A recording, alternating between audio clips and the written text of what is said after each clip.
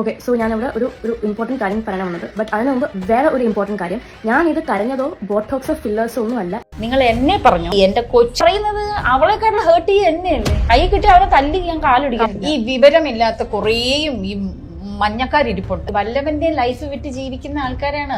ഞാൻ അവര് പറയുന്ന ഒരു കമന്റിന് വേണ്ടി എന്റെ ജീവിതം തുറയ്ക്കാൻ ഞാനില്ല. ഞാൻ വെല്ലുവിളിക്കുന്നു, കഷ്ടപ്പെട്ട് ജീവിക്കാൻ അവർ തയ്യാറാണ്. നടി മഞ്ജു പിള്ളയുടെ മകൾ ദയാ സുജിത്തിന്റെ വസ്ത്രധാരണത്തെ വിമർശിച്ച വ്ളോഗറിന് ശക്തമായ മറുപടിയുമായി താരം രംഗത്ത്. തരംഗമായി മാറിയ ഒരു ബോൾഡ് ലുക്കിലുള്ള ചിത്രം പങ്കുവച്ചുകൊണ്ട് ഈ 500 ആനെ തോൽപ്പിക്കാനാവില്ല മക്കളെ എന്ന ഹാഷ്ടാഗോടെയാണ് ദയ പ്രതികരണം അറിയിച്ചിരിക്കുന്നത്.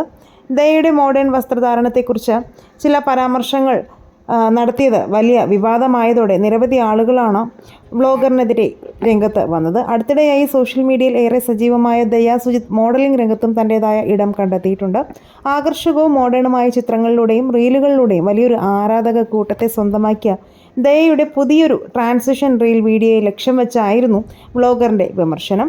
നെപ്പോ കിഡ് കാണിക്കുന്ന പോക്രിത്തരം എന്ന അടിക്കുറിപ്പോടെയാണ് വ്ളോഗർ ഈ വീഡിയോ പങ്കുവച്ചതും. മഞ്ജു പിള്ളയെ കൂടി ഇതിലേക്ക് വലിച്ചു നീട്ടിക്കൊണ്ട് ഒരേയൊരു മകളല്ലേ ഉള്ളൂ, അവൾക്ക് നല്ല മര്യാദകൾ പഠിപ്പിച്ചു കൊടുത്തൂടെയെന്നും ഇപ്പോഴത്തെ തലമുറ വസ്ത്രത്തിൻ്റെ നീളം കുറയ്ക്കുന്നതിനെയാണ് സ്വാതന്ത്ര്യമെന്ന് വിളിക്കുന്നതെന്നും ആ വ്ളോഗർ കുറ്റപ്പെടുത്തി.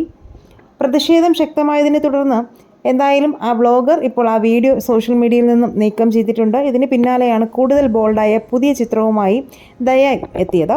ചിലരുടെ പെരുമാറ്റം കാണുമ്പോൾ 2 അടി കൊടുക്കാൻ തോന്നുമെങ്കിലും മാതാപിതാക്കൾ പ്രശസ്തരായതുകൊണ്ട് മാധ്യമങ്ങളത് വാർത്തയാക്കുമെന്ന് കരുതി ക്ഷമിക്കുകയാണ് എന്ന് താരം ഇൻസ്റ്റാഗ്രാമിൽ കുറിച്ചു. ഇതിന് താഴെ നീ തള്ളിയിട്ട് വാ, ബാക്കി കാര്യം ഞാൻ നോക്കിക്കൊള്ളാമെന്ന അമ്മ മഞ്ജു പിള്ളയുടെ കമൻറ്റും ഇപ്പോൾ ശ്രദ്ധ നേടുന്നുണ്ട്. ഈ വിഷയത്തിൽ നിങ്ങളുടെ അഭിപ്രായങ്ങൾ മടിക്കാതെ കമൻറ്റ് ചെയ്യുക.